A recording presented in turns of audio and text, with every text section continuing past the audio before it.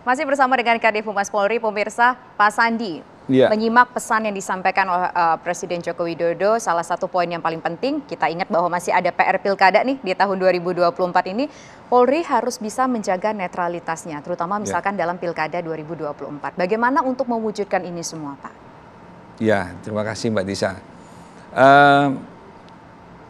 Seringkali Bapak Kapolri dalam setiap momen mengingatkan kita semua untuk penekanan masalah netralitas. Sebagai wujud netralitas Polri, selain kita memang sudah tertuang di dalam aturan, baik itu undang-undang pemilu maupun di undang-undang kepolisian, untuk kita netral di sana, kita juga telah melaksanakan MOU dengan TNI setelah Bawaslu pada waktu itu, bahwa TNI Polri itu netral dalam pelaksanaannya. Di sisi yang lainnya, bahwa setiap momen yang ada produk-produk turunannya yang diberikan oleh Bapak Kapolri sebagai petunjuk melalui Kadipropam, melalui Humas Polri, penekanan kepada jajaran wilayah untuk melaksanakan kegiatan pemilu ini menjadi suatu yang pesta demokrasi yang diharapkan oleh masyarakat dengan jujur, adil, dan berkeadilan tadi dituangkan dalam bentuk petunjuk-petunjuk teknis yang ada di kepolisian. Dan yang paling utama adalah setiap kali ada pertemuan, pembekalan, ataupun kegiatan yang melibatkan para Kapolda, para Kapolres, ataupun pimpinan lainnya, Bapak Kapolri selalu menekankan bahwa polisi harus netral untuk bisa mengawal demokrasi ini sebaik-baiknya, sehingga bisa memilih calon pimpinan baik di tingkat pusat maupun daerah sebagai perwakilan representasi rakyat yang terbaik.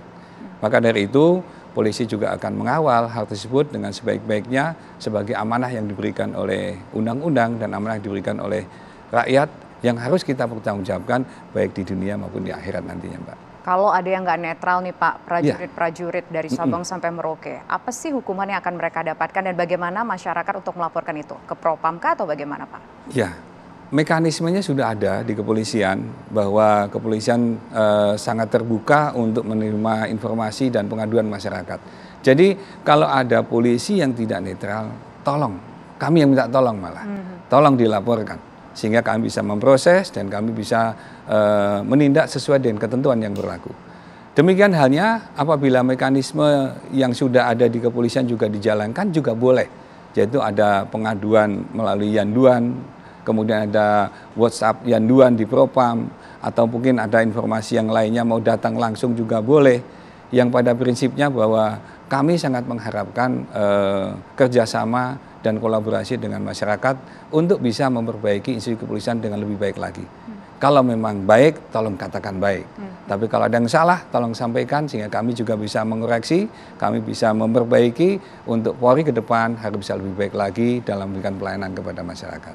Ini kan satu pesan Presiden di awal ketika saya membuka acara ini adalah soal Polri diharapkan Presiden bisa melayani rakyat dengan sepenuh hati. Kata-kata sepenuh hati ini kan luar biasa ya Pak, maknanya benar-benar dari dalam banget begitu, Polri harus melayani masyarakat. Bentuk sepenuh hati yang seperti apa Pak yang akan dihidangkan oleh Polri kepada masyarakat Republik Indonesia ini Pak?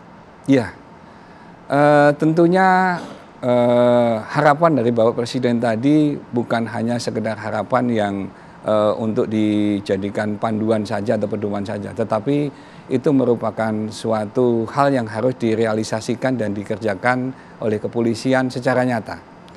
Sebagai contoh, sebagian dari apa yang disampaikan oleh Bapak Presiden tersebut senantiasa dikerjakan oleh kepolisian yang tentunya belum maksimal seperti halnya yang disampaikan Presiden. Sebagai contoh misalnya Mbak, kegiatan HUT Bayangkara yang dilaksanakan oleh Polri pada saat ini itu bukan hanya sekedar kegiatan yang melibatkan polisi saja, tetapi kegiatan kepolisian yang melibatkan seluruh rakyat Indonesia. Kita pengen ke HUT Polri dilaksanakan dengan mendekatkan diri kepada rakyat. Kita pengen lebih dekat dengan masyarakat. Kegiatannya bukan hanya upacara, kemudian defile, syukuran, terus malamnya kita ada semarak Bayangkara, tidak. Tetapi 1 bulan sebelumnya sudah dilaksanakan kegiatan-kegiatan yang bersentuhan dengan masyarakat. Baik itu kegiatan yang berupa bakti sosial dan bantuan sosial, kemudian ada bakti kesehatan, kemudian ada bakti religi dengan kita membersihkan tempat-tempat ibadah, kita membantu perbaikan, membantu fasilitas dan lain sebagainya. Kemudian kita melaksanakan event-event olahraga bersama, ada fun walk, ada olahraga dengan TNI Polri dan masyarakat. Kita melaksanakan kegiatan lomba-lomba yang melibatkan seluruh komponen, baik itu ada komponen media, ada komponen mahasiswa, ada komponen pelajar, ada komponen masyarakat umum, semua dilibatkan dalam berbagai lomba, baik itu tingkatan di wilayah, di kepolisian, di tingkat Polres maupun di Polda dan di tingkat Mabes. Nah, hal itu menjadi bukti bahwa kita ingin mendekatkan diri sepenuh hati kepada masyarakat tadi. Kalau kegiatan apapun kita juga melibatkan masyarakat.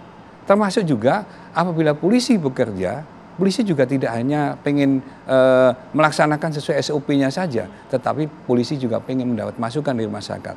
Maka Bapak Kapolri juga sering menekankan kepada kami bahwa polisi tidak anti kritik. Polisi sangat terbuka dengan kritik.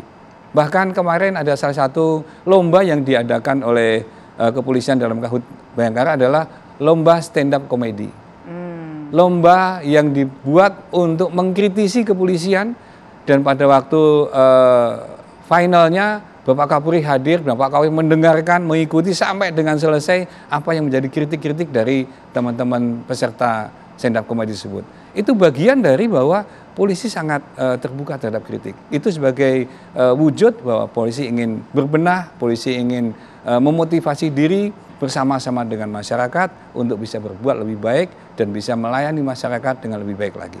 Menarik ini, lombanya minta dikritik ya Pak ya, stand up komedi minta lombanya dikritik. Apa kemudian kritik-kritik yang muncul? Karena kan pasti para peserta stand up komedi itu melihat apa masalah yang menjadi perbincangan di masyarakat. Apa kritik-kritik yang masuk, yang ditangkap oleh Polri?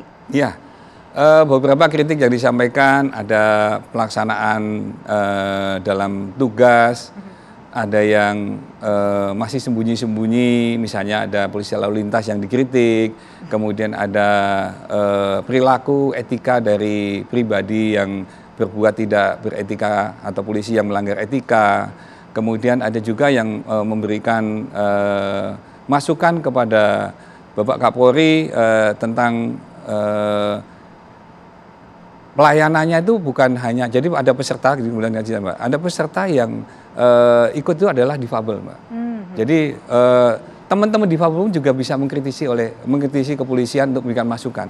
Jadi mereka juga sangat berterima kasih karena lomba stand up komedi bukan hanya untuk yang sehat saja jasmani rohani, tapi juga untuk yang difabel.